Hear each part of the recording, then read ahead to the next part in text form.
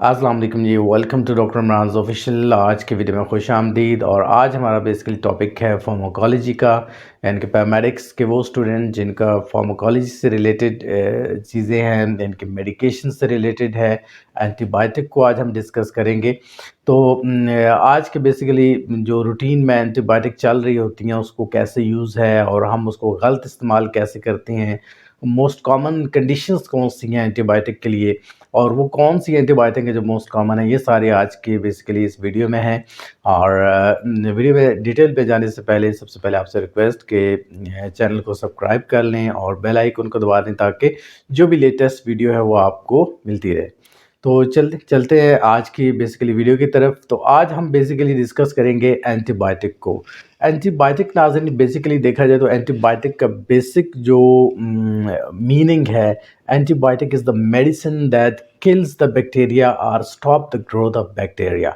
यानी कि बेसिकली जो एंटीबायोटिक वो मेडिसिन है जो या तो बैक्टीरिया को किल कर देती है और या तो उसकी जो बेसिकली ग्रोथ है उसको स्टॉप कर देती है। तो ये बेसिकली बेसिक फंक्शन है एंटीबायोटिक का। अब अगर देखा जाए तो मुख्तलिफ़ किस्म के एंटीबायोटिक के जो इन्फेक्शंस हैं वो इससे ट्रीट किए जाते हैं। इसमें जो मोस्ट कॉमन जो बैक्टीरिया प्रॉब्लम करता है उसमें उसके ट्रीटमेंट के लिए जो यूज़ होती है स्टेफिलोकोकाई है, स्ट्रेप्टोकोकाई है, ई कोलाई है। ये बेसिकली ये वो बैक्टीरिया है जो मोस्ट कॉमनली इन्फेक्शन क्रिएट करते हैं और उस इन्फेक्शंस के लिए ख़त्म करने के लिए बेसिकली ये मेडिसिन एंटीबायोटिक वगैरह यूज़ की जाती है।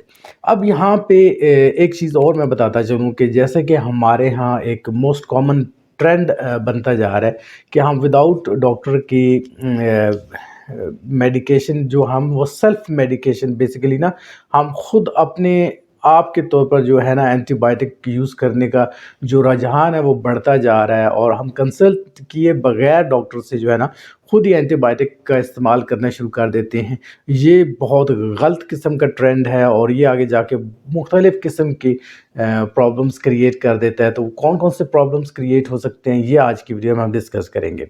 अब देखें, सबसे पहले तो एक चीज़ है यहाँ पे जो मैं बात करूँगा, when not to use antibiotic. Antibiotic किस वक्त इस्तेमाल नहीं करनी चाहिए और वे किस वक्त करनी चाहिए, ये दोनों चीज़ें हम डिस्कस करेंगे। सबसे पहले तो हम डिस्कस कर लेते हैं कि एंटीबायोटिक किस वक्त उसका इस्तेमाल नहीं करना चाहिए। फॉर एग्जांपल एक चीज़ समझे कि अगर एंटीबायोटिक बेसिकली बैक्टीरियल इन्फेक्शन है तो बैक्टीरियल इन्फेक्शन को ख़त्म करने के लिए हमें एंटीबायोटिक का इस्तेमाल करना पड़ेगा।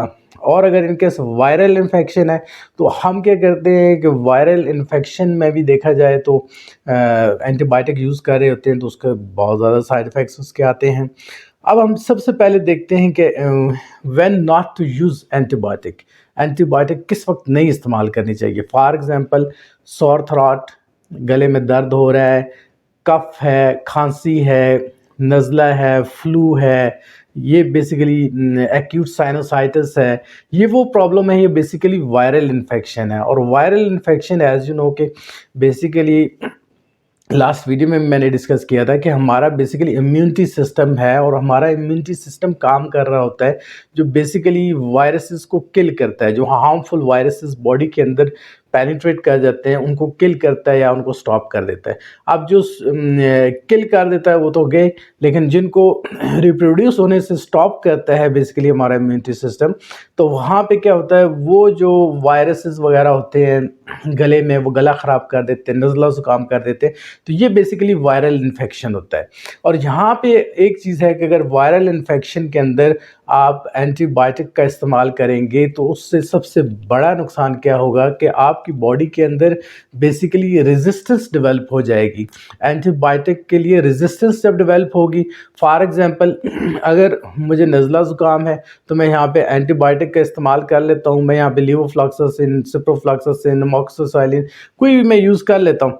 तो लेकिन बेसिकली तो वायरल इन्फेक्शन है तो यहाँ मैंने एंटीबायोटिक यूज़ कर ली। तो अब होगा ये कि नेक्स्ट खुदा ना खास्ता जब भी मुझे कोई प्रॉब्लम होता है, स्पेशली अपर आरटीआई, लोअर आरटीआई इन्फेक्शन कोई ना कोई होता है, तो वहाँ पे जब उस वक्त एक बंदा मेडिसिन ऑलरेडी यूज़ कर चुका है एंटीबायोटिक वायरल इन्फेक्शन में, तो फिर क्या होगा कि वो जब बैक्टीरियल इन्फेक्शन होगा तो वहाँ पे ये मेडिसिन काम नहीं करेगी और वहाँ पे फिर हाई पोटेंसी की जो है ना एंटीबायोटिक देनी पड़ेगी, जिसके बहुत ज़्यादा एडवर्स इफेक्ट होते हैं।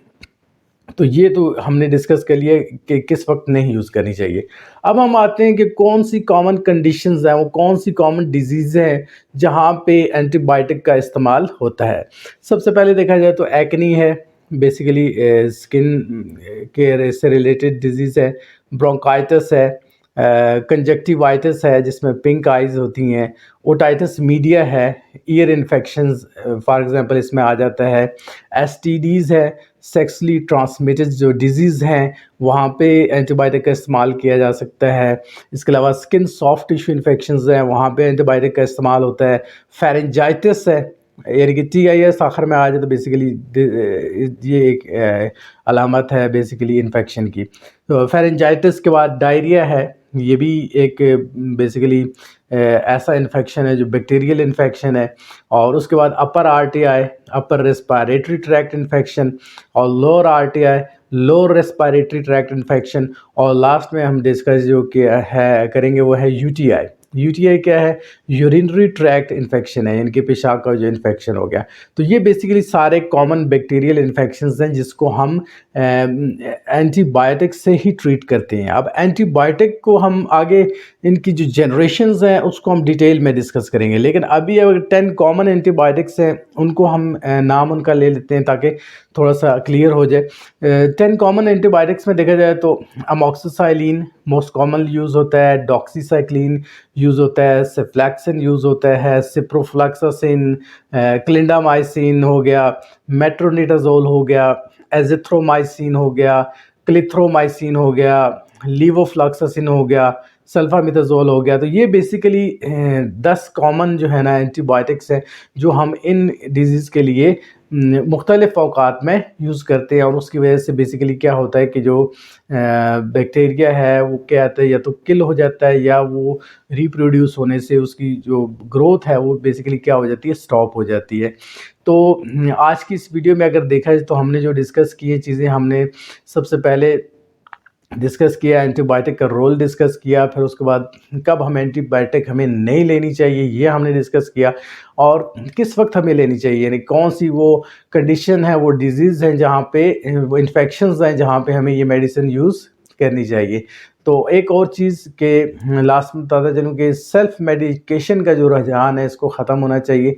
हमें बजाय इसके कि सेल्फ मेडिकेशन के ऊपर हम जाएँ, कोई हमें इन्फेक्शन छोटा मोटा हो तो हम उसको खुद से ही उसका अंदाज़ा लगा लें कि हमें फ़लाँ एंटीबायोटिक खानी चाहिए। तो ये चीज़ ख़त्म होनी चाहिए, क्योंकि अगर आप डॉक्टर से कंसल्ट करके मेडिकेशन का इस्तेमाल नहीं करेंगे तो ये बहुत ज़्यादा प्रॉब्लम्स आगे जाके क्रिएट करेंगी, जिसकी वजह से रेजिस्टेंस डेवलप हो जाएगी, और फिर रेजिस्टेंस में क्या होगा, छोटी जो एंटीबायोटिक है, छोटे लेवल की डोज़ है वो काम नहीं करेगी, और फिर हाई पोटेंसी की एंटीबायोटिक लेनी पड़ेगी जिसके बहुत ज़्यादा एडवर्स इफेक्ट होते हैं।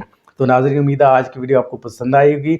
इंशाल्लाह अगली वीडियो में एक नए टॉपिक के साथ हाज़िर होंगे। तब तक के लिए डॉक्टर इमरान को इजाज़त दीजिएगा। अंटिल देन, अल्लाह हाफ़िज़, जज़ाकल्लाह।